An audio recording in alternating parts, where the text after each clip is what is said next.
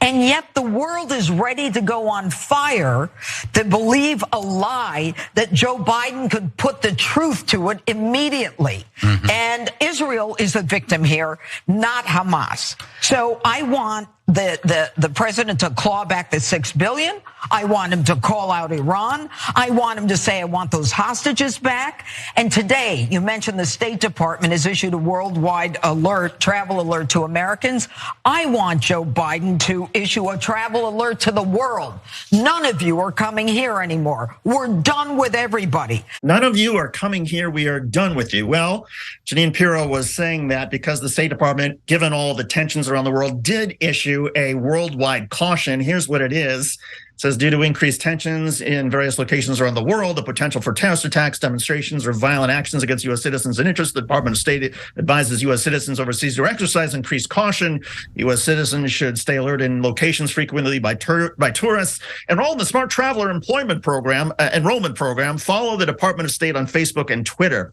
In a statement with USA Today, State Department spokesperson said the U.S. Department of State has no higher priority than the safety and security of U.S. citizens overseas. We take seriously our commitment to provide U.S. citizens with clear, timely, and reliable information about every country in the world so they can make informed travel decisions.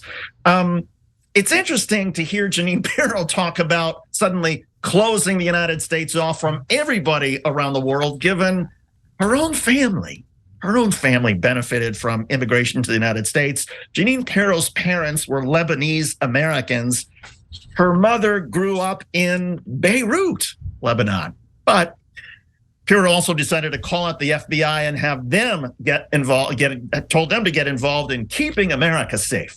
We're done with everybody. And I want him to take the FBI off the Catholics, off the parents, and off the political enemies. I want him in the chat rooms. I want him online. I want him to find the threats to Americans that they missed with the Boston bomber, San Bernardino, the Pulse nightclub. And I want the world to respect us again. Generally, it's not a great idea to demand certain things from the FBI when you and your fellow party members are calling for the FBI to be defunded. Just saying. Pirro had already sounded off on aid to the Palestinians while Israel fights Hamas militants who run Gaza. She also falsely accused President Biden of not backing Israeli and U.S. intelligence claims that the Gaza hospital bombing was done by Palestinian militants in a probable misfire. President Biden made it very clear that he supports Israel on that story and believes that this intelligence, both U.S. intelligence and Israeli intelligence, points this away from an Israeli airstrike and towards a misfire by the Palestinian Islamic Jihad group. But of course, putting that aside, Jeanine Pirro's solution to all of this jank is ban everybody, close the borders for everybody. Yeah. So how would that work? Yeah, let's break this down a little bit. First of all, you would pulverize the tourism industry in America and cost us untold billions of dollars. Well played. And then of course, CNBC would be outraged. And you'd have the first disagreement between CNBC and Fox News, so that would be interesting. And then secondly, this is the most important part. It's such a conservative thing, sorry, but it's true, to say, okay, I crossed the bridge, but now that I'm on this side, let's burn it down, right? Who cares that my parents are first generation immigrants, and if people had listened to people like me, we never would have been here. I'd be in Lebanon right now, right? She just doesn't care because you're not her. She only cares about herself. It's amazing how little regard they have for other human beings. And then finally on the chat rooms, she's like, okay, she quotes a couple of attacks from like a long, long time ago and go and the FBI should be only targeting Muslims. Get in the chat rooms, get into all these things, right? Okay, well, how about all the recent domestic terror attacks, including against Jews? The guys who did the synagogue killings in Pittsburgh and in Southern California. Shouldn't we be in the chat rooms for them? No. I'm for Jewish people, but if they're right-wingers killing those folks, who cares? Get out of the chat rooms. FBI never look into them. Oh yeah, that's what I thought. Jordan. But there's a couple elements here that I wanted to focus on. So she rattled off all of these horrific incidents, whether they're domestic terror or mass shootings, and talked about the government not stopping them, not identifying them or picking up on them during the planning phases. Now, I have yet to see, and maybe I missed it, but I have yet to see Jeanine Pirro or really anybody on Fox offer a meaningful, deliberate, and thoughtful criticism of the US surveillance state. We hear a lot of praise for it. We hear a lot of defense of it, the funding of it, the expansion of it at the expense of our civil liberties. But in all of these moments, that has never come through.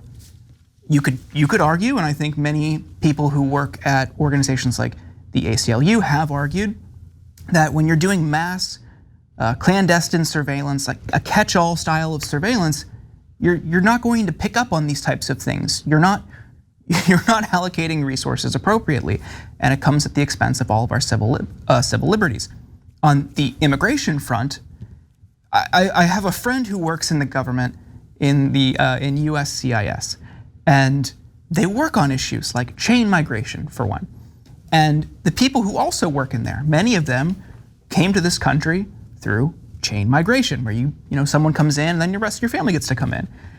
And this person told me they were shocked at how so many people, even working in the immigration system, to further the system that they benefited from, how strict they are in approving some of these claims, or rather denying some of these claims, that she often has arguments with people or disagreements with people in the immigration system who benefited from this program, who then want to reject other applicants. It's really crazy.